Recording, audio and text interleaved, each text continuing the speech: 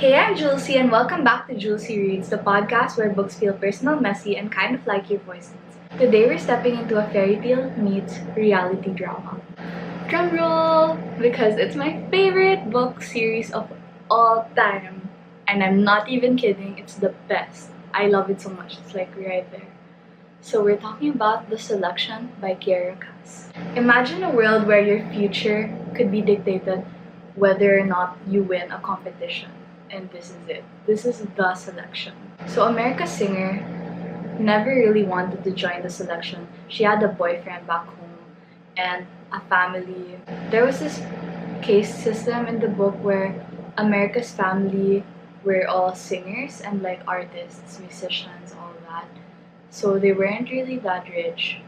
The rich people back then were the ones and the twos. But when she was chosen, she had to navigate palace politics, the very different suitors, and her own hopes, all under the glare of a million eyes, because this was all televised. It's glamorous and cutthroat, and it's a reminder that choosing yourself can be the boldest move of all. In the selection, there were 35 girls who were chosen to compete for Prince Maxon's marriage proposal. So among all 35 girls, it will go down to one, and then that person will become Prince Maxon's bride and eventually queen. I think what I liked the most about this book was how authentic America's Singer was. Despite everything being televised and how crazy she was on their first meeting, like she really beat him up the first time she met him, which was so crazy. She even knew that he was the prince, but she just attacked him, which is something that's like super funny. And like I was like, oh, that's so real, that's so me. I would probably do that, because the reason she attacked him was because in the contract for the selection they said that Prince Maxon could do like literally anything during the whole process of the selection, and like she was afraid of him, so she ended up kicking him, and that was so funny. Another thing that I liked about the selection was like how well written it was. For me, I really felt like I was there watching everything. I was in the palace. I was America's Singer at some point. I was feeling all of Maxon's emotions. I was like, oh my gosh, Maxon, tell her you love her already. Like, you just feel so much, and like the book really makes you feel like you're there. I love the way that Kiera Cass wrote the whole book series.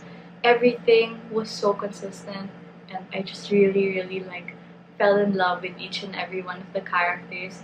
The character build up was really good. It made you really relate to them and understand them. There were good and bad. It was all balanced. I really liked it so much. Like, if you've read anything about princesses and love stories about that, I feel like you would really enjoy The Selection if you haven't read it yet. Another thing I liked about it was how vivid everything seemed to be in the book.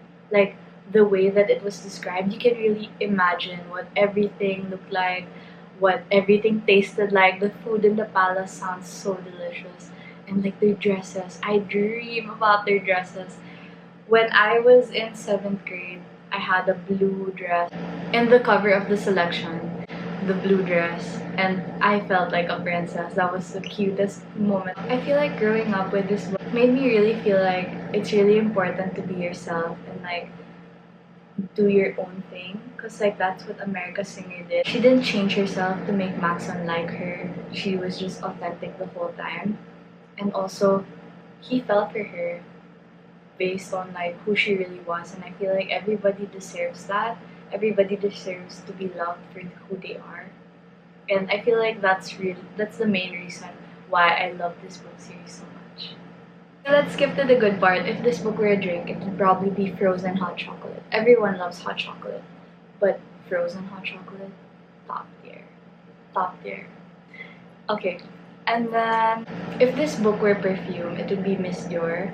I know I said that in the previous podcast, but I just love that perfume. And I feel like that's the perfume that's meant for this book. A quote that sticks from the book: destiny is not just given, it's chosen. By the way, if you love the selection, you have to watch The Crown on Netflix. If you're looking for a book to read after reading the whole selection series, I highly recommend Red Queen. If you're rooting for America, if you're Team Maxon or Team Aspen, or you just love a love story about staying true to yourself, then let me know at Julesy Reads on Instagram, YouTube, and Spotify. Until next time, don't forget that the greatest crown you can wear is your own confidence. Stay happy, healthy, and wealthy! Thank you so much for watching!